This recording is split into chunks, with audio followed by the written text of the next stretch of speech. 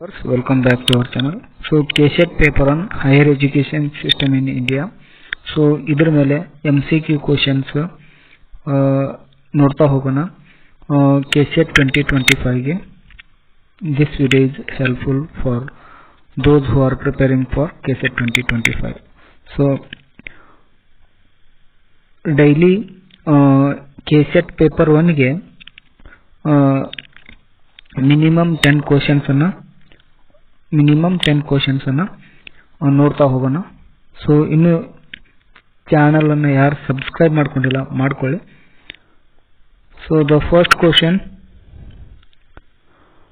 The educational TV channel launched by IGNOU in collaboration with Prasar Bharati.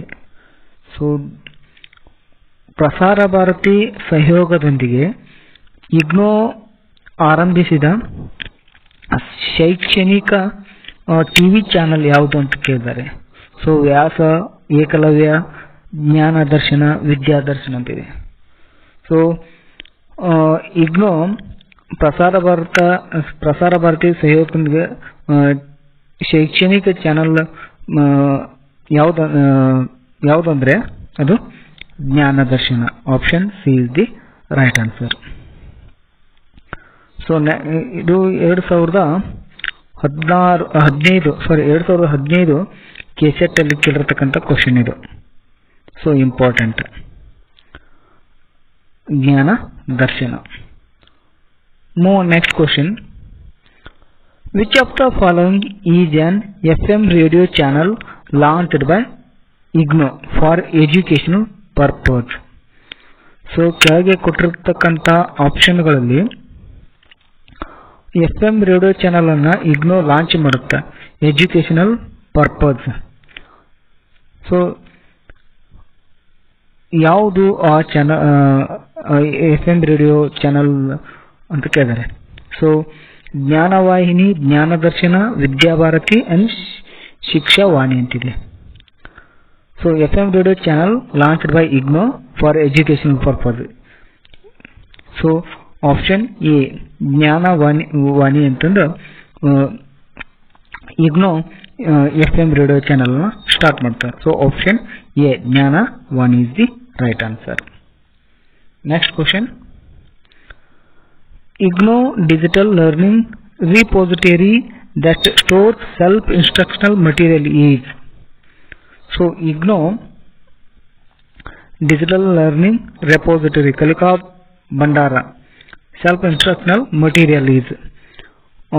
ಈ ಜ್ಞಾನಕೋಶ, ಸ್ವಯಂ, ಶೋಧಗಂಗಾ, ವಿದ್ಯಾ ವಾಹಿನಿ ಅಂತಿದೆ. So ಇಲ್ಲಿ digital learning repository, IGNOU's digital learning repository ಯಾವುದಂದ್ರೆ ಅದು option A e Gyankosh is the right answer. IGNOU's digital learning repository ಯಾವುದಂದ್ರೆ ಅದು option A e Gyankosh is the right answer. So move next question. ಇವು ಎಲ್ಲ examination point of view important. So move next question, Swayam an online MOOC platform is an initiative of UGC and AICTE only, IGNO and Prasar Bharati, Ministry of Education, CBSE and NCERT ಅಂತಿದೆ. So Swayam an online MOOC platform initiative ಯಾವುದು? Option C ministry of education. So option C is the right answer. Next question, the main objective of Gyandarshan channel is. So again this is very important. ಜ್ಞಾನದರ್ಶನದ main objective ಏನು ಅಂತ ಕೇಳಿದ್ರೆ, ಜ್ಞಾನದರ್ಶನದ channel main objective ಏನು ಅಂದ್ರೆ entertainment for student, 24-hour education telecast, sports education and commercial advertisements. So ಜ್ಞಾನ ದರ್ಶನ ಇದನ್ನ ಪ್ರಸಾರ ಭಾರತಿ ಸಹಯೋಗದೊಂದಿಗೆ ಇಗ್ನೋ ಸ್ಟಾರ್ಟ್ ಮಾಡ್ತದ.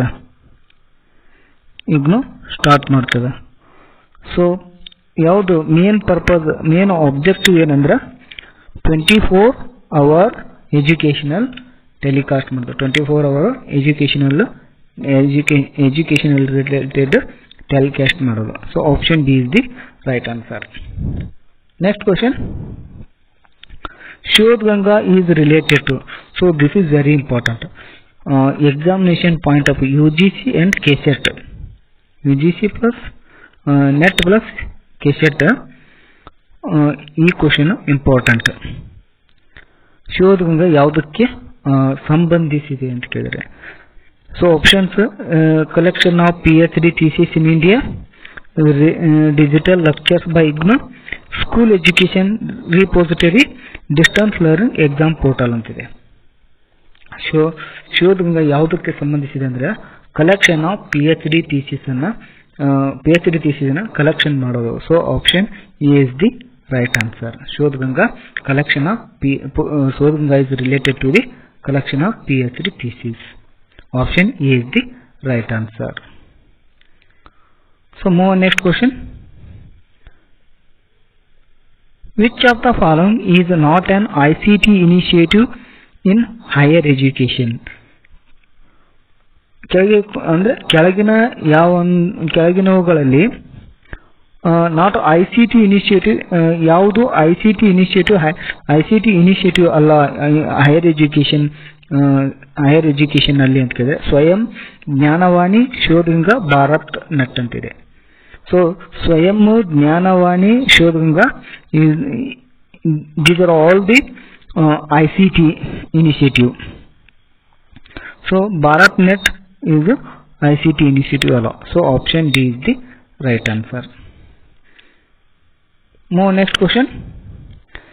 NPTEL, an online learning initiative, is jointly developed by. So NPTEL ಅನ್ನೋದು ಆನ್ಲೈನ್ ಲರ್ನಿಂಗ್ ಪ್ಲಾಟ್ಫಾರ್ಮ್ ಇದು ಕೂಡ ಇದನ್ನ ಯಾವ ಒಂದು ಬಾಡಿ ಸಂಸ್ಥೆಗಳು ಡೆವಲಪ್ ಮಾಡಿದೆ ಅಂತ ಕೇಳಿದರೆ so IITs and IIC, IGNOU and UGC, NCERT and CBSE, Ministry of Information Broadcasting ಅಂತಿದೆ. ಸೊ ಇದನ್ನ NPTEL online initiative is jointly developed by option A, IITs and IIC. So option A is the right answer. So next question. According to UGC, teachers are primarily considered as. So this is very important. KSET 2015 ಕೇಳಿರತಕ್ಕಂಥ question ಇದು. ಏನಂದ್ರೆ UGC ಪ್ರಕಾರ teachers ಅನ್ನ ಏನಂತ consider ಮಾಡಿದ್ದಾರೆ UGC.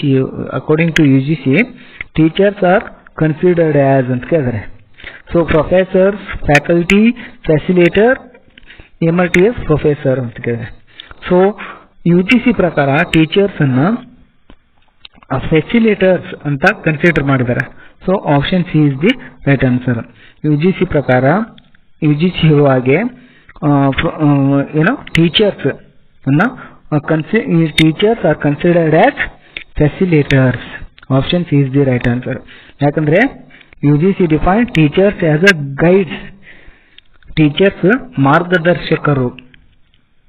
ಮಾರ್ಗದರ್ಶಕಂದ UGC vacancy ಇದೆ.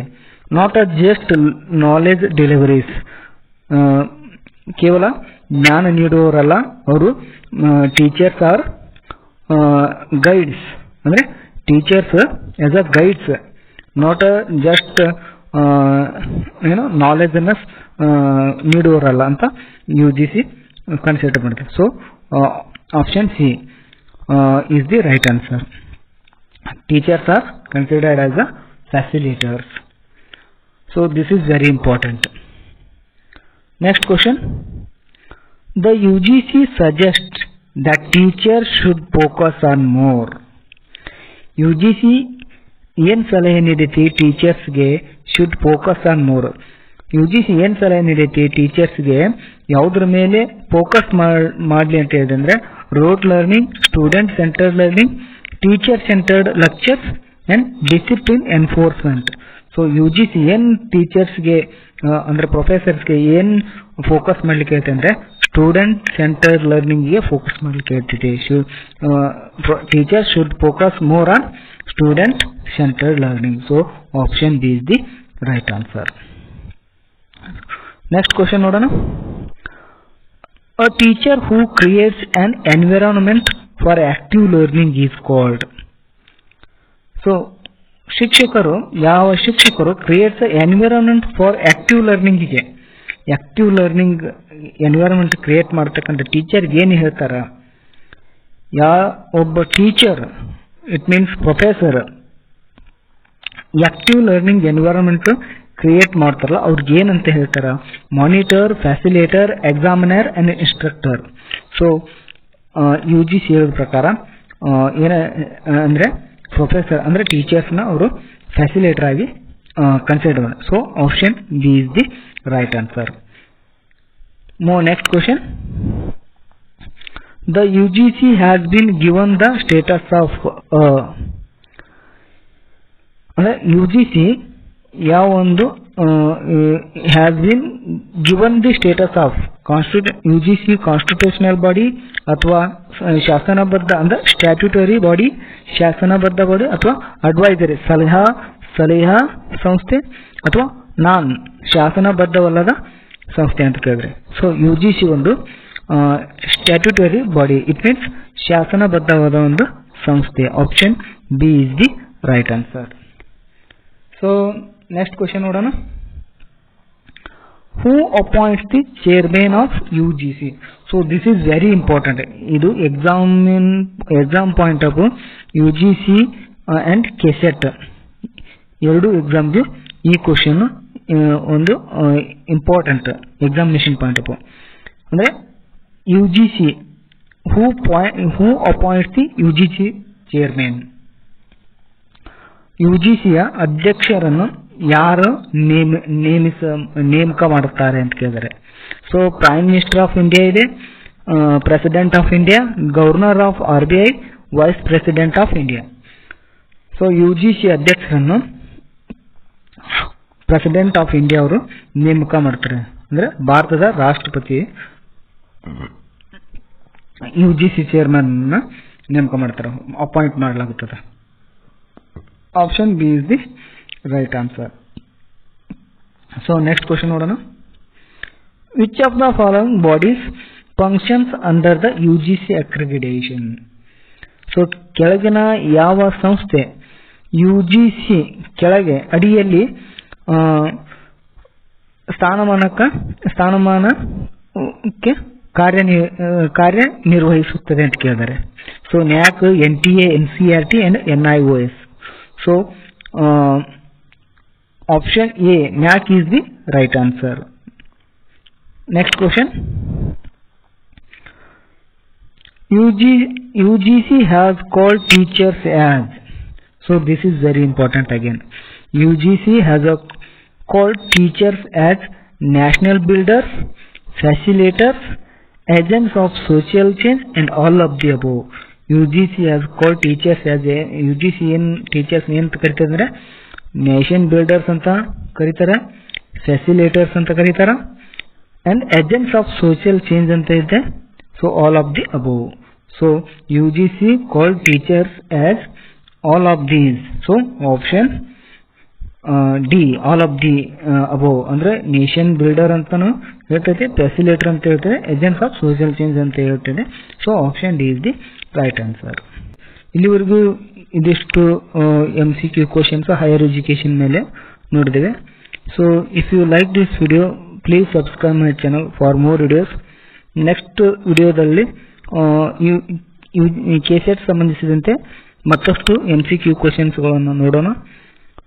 Thank you.